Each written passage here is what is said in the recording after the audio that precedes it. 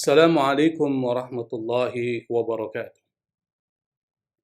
Alhamdulillah, wassalatu wassalamu ala Sayyidina Muhammad Rasulillah wa ala alihi wa sahbihi wa mawala wa la hawla wa la quwata illa billah amma ba'd.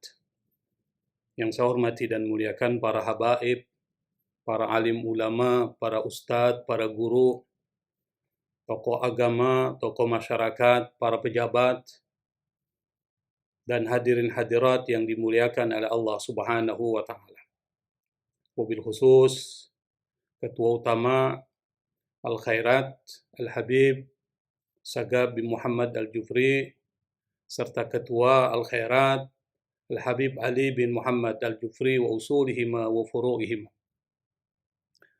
Said Idrus bin Salim Al-Jufri atau biasa dikenal di Lembah Palu dengan sebutan Guru Tua adalah seorang tokoh ulama intelektual yang dapat dilihat dari berbagai kacamata yang berbeda.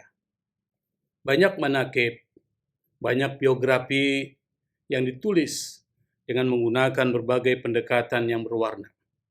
Nah, salah satu kacamata dan analisis atau pendekatan yang digunakan untuk meneropong beliau adalah dengan menggunakan kacamata sosiologis.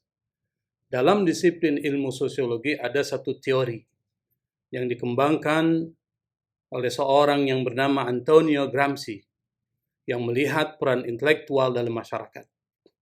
Gramsci ini membagi intelektual ke dalam dua kelompok. Ada yang disebut dengan intelektual tradisional, ada juga yang disebut dengan intelektual organik. Kelompok yang pertama, yaitu intelektual tradisional, adalah intelektual yang cenderung mengedepankan sikap individualnya. Intelektual yang hanya peduli dengan pendekatan-pendekatan akademik, namun mengambil jarak dari realitas sosial dan masyarakatnya. Bahkan tak jarang menjadi pengawal status quo yang paling setia, menjadi budak dan bergantung pada kekuasaan. Julian Benda menyebut kelompok ini adalah sebagai betrayal of intellectuals atau pengkhianatan intelektual atau intelektual yang berkhianat. Kelompok kedua, kata Gramsci, yang disebut dengan organic intellectual atau intelektual organik, yaitu intelektual yang tidak sekedar menjelaskan kehidupan sosial dari luar berdasarkan kaidah-kaidah ilmiah, tapi juga memakai bahasa kebudayaan untuk mengekspresikan perasaan dan pengalaman real yang tidak bisa diekspresikan oleh masyarakat. Intelektual organik adalah mereka yang mampu merasakan emosi, mampu merasakan semangat dan apa yang dirasakan kaum pinggiran, serta memihak kepada mereka dan mengungkapkan apa yang dialami oleh masyarakat. Dengan kata lain, intelektual organik adalah enlightened intellectual atau intelektual tercerahkan yang dalam bahasa ahli syariati ia dengan tangan yang sama menuliskan ayat-ayat suci dari langit, terbenam dalam genangan lumpur, mengayuhkan kayu untuk menyuburkan tanah yang kering, dari tegak memperjuangkan ayat-ayat Allah dan hak-hak masyarakat.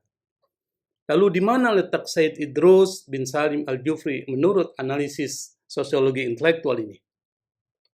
Jika dilihat dari analisis teoretik ini, maka Said Idrus bin Salim Al-Jufri dapat dimasukkan ke dalam kategori intelektual organik. Beberapa fakta berikut nanti akan memperkuat analisis ini. Namun sebelumnya perlu juga kita melihat bagaimana perjalanan hidup dan jaringan translokal Said Idrus dalam jejaring ulama Hadrami di Indonesia.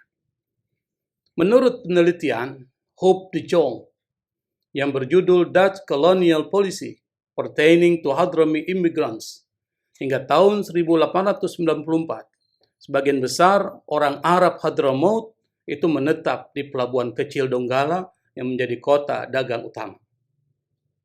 Mereka kemudian pindah ke wilayah dekat Palu dalam jumlah yang besar pada era kolonial dan setelah kemerdekaan Indonesia. Palu menjadi terkenal pada tahun 1964 ketika ia dijadikan ibu kota Provinsi Sulawesi Tengah. Komunitas Arab sudah ada pada saat ketika Said Idrus tiba dan memutuskan untuk tinggal di Palu. Said Idrus bin Salim Al-Jufri dilahirkan pada tanggal 15 Sya'ban 1309 Hijriah, bertepatan dengan 15 Maret 1892 Masehi. Tempat kelahirannya adalah Taris, Hadramaut. Kota Taris berada tidak jauh dari kota Tarim, yang disebut sebagai kota sejuta wali karena banyaknya wali yang dimakamkan di situ. Bahkan kota Tarim sering diibaratkan sebagai sebuah madrasah besar, kota pendidikan dan ilmu pengetahuan. Hingga penduduknya setiap hari dapat mempelajari berbagai bidang ilmu sesuai dengan tingkatannya. Di kota tersebut dapat ditemui berbagai lembaga pendidikan yang telah berumur ratusan tahun, bahkan lebih dari 1000 tahun.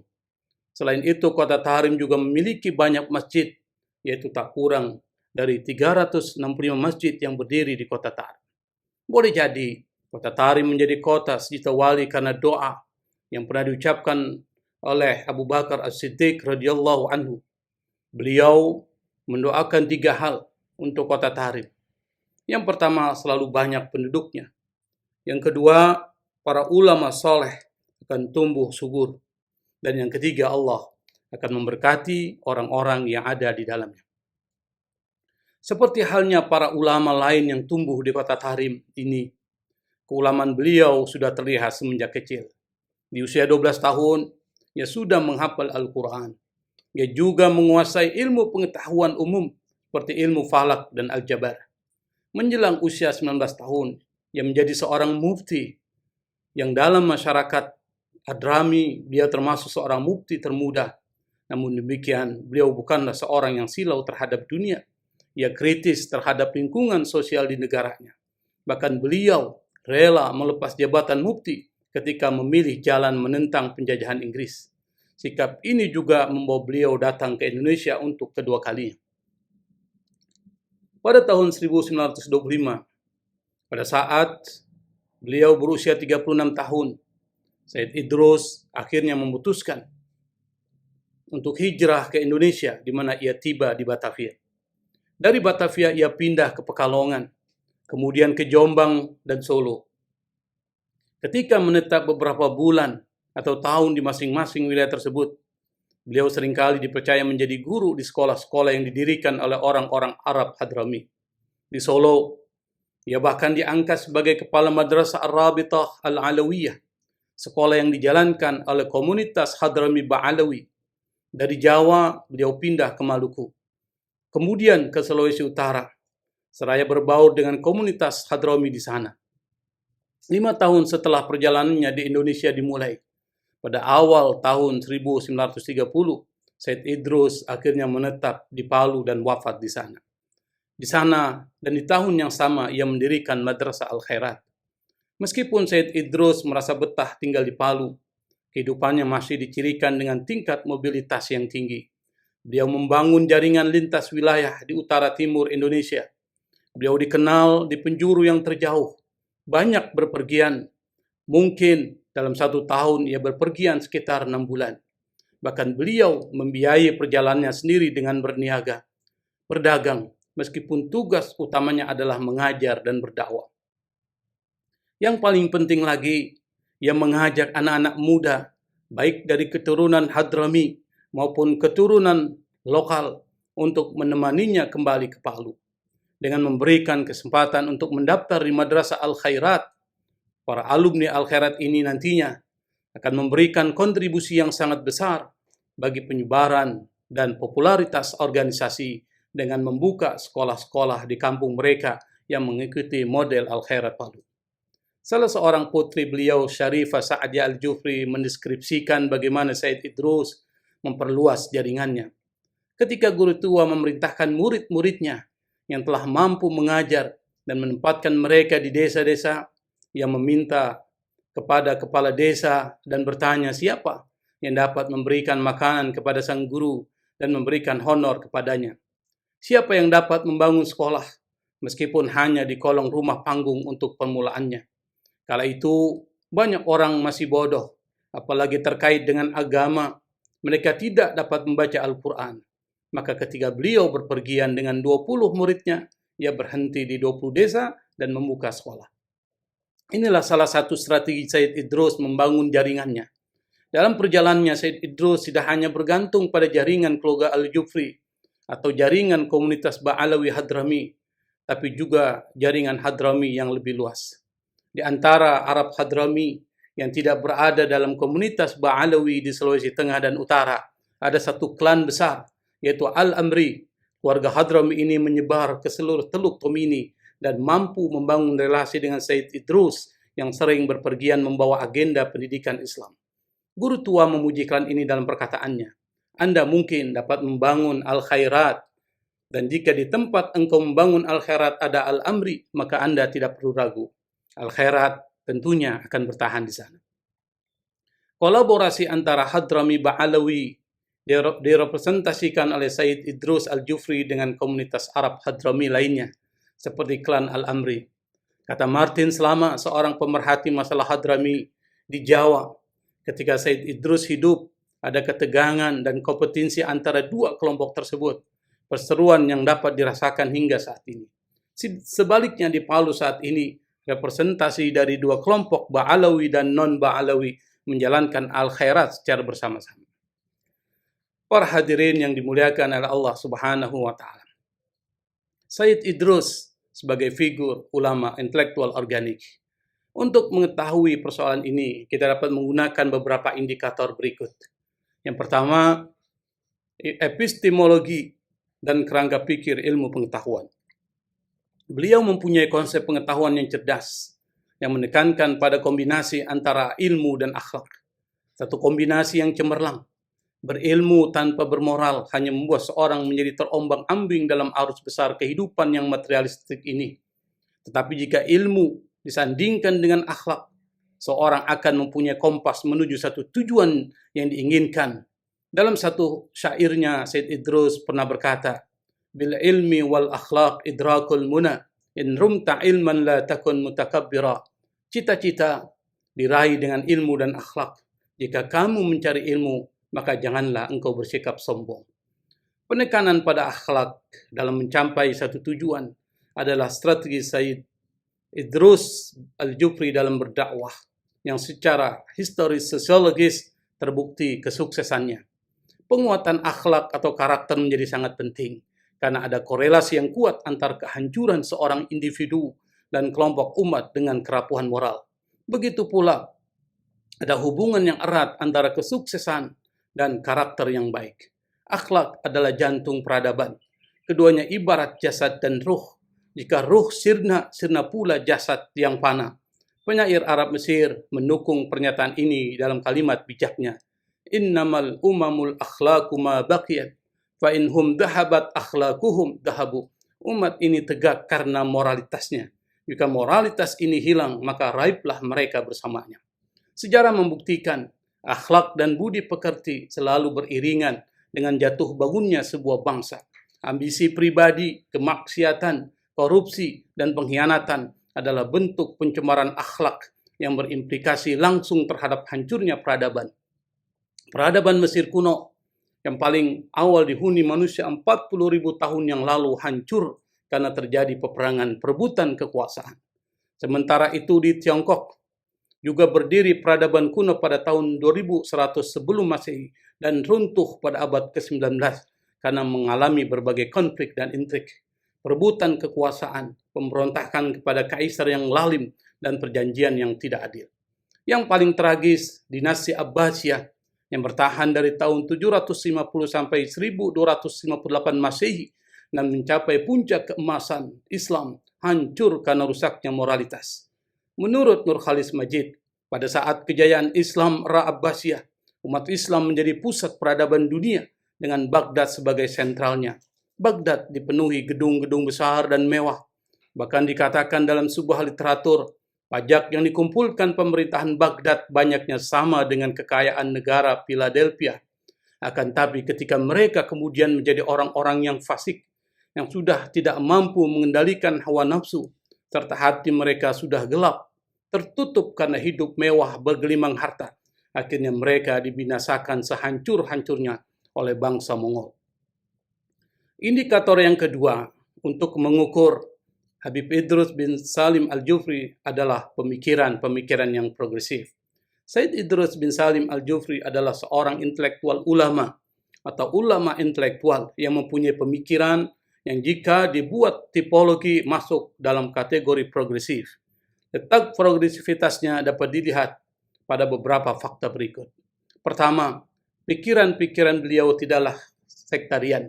Beliau termasuk seorang yang nasionalis religius, seorang yang cinta tanah air.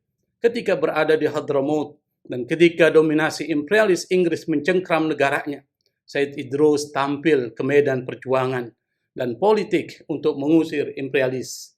Bersama sahabatnya, Abdurrahman bin Ubaidillah As-Sagaf, yang melakukan perjalanan untuk menggalang opini dunia internasional atas pelanggaran hak asasi manusia yang dilakukan pihak Inggris di Yaman Selatan.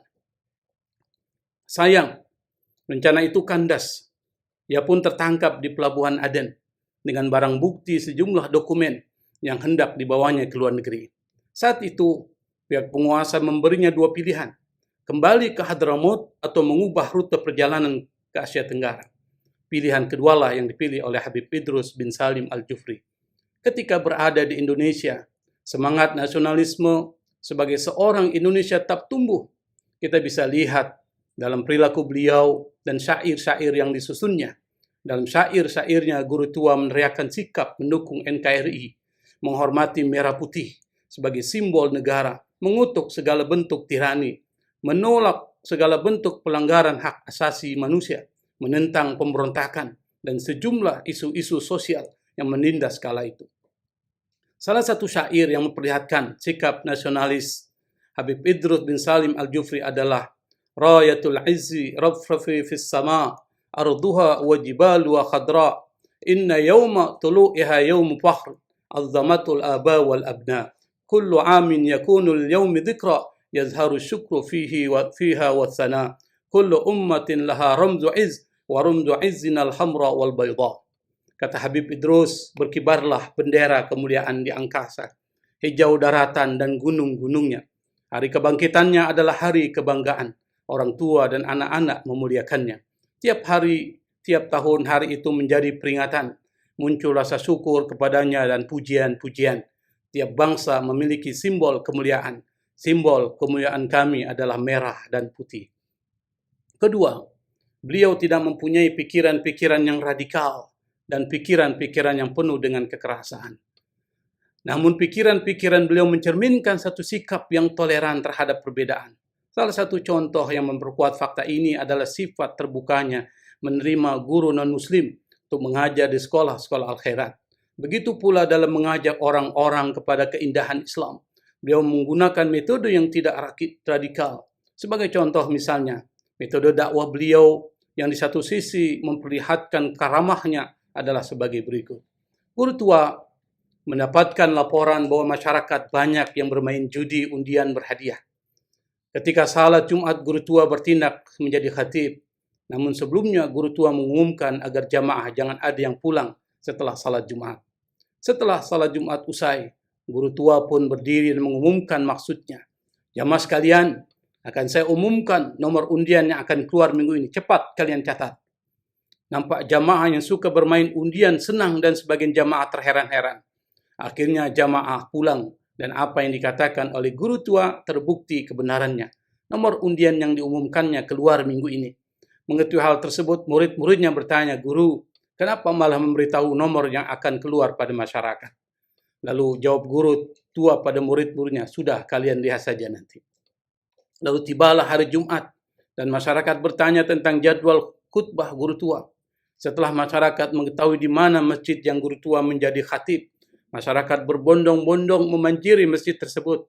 Setelah selesai salat Jumat, masyarakat tidak ada yang beranjak menunggu pengumuman dari guru tua. Lalu guru tua berdiri dan mengumumkan nomor yang akan keluar minggu ini dan ternyata nomor yang diumumkannya keluar. Dan begitu terus-menerus hingga seluruh bandar judi undian pun bangkrut. Setelah itu tidak ada lagi bandar judi undian yang berani buka karena banyak yang rugi besar.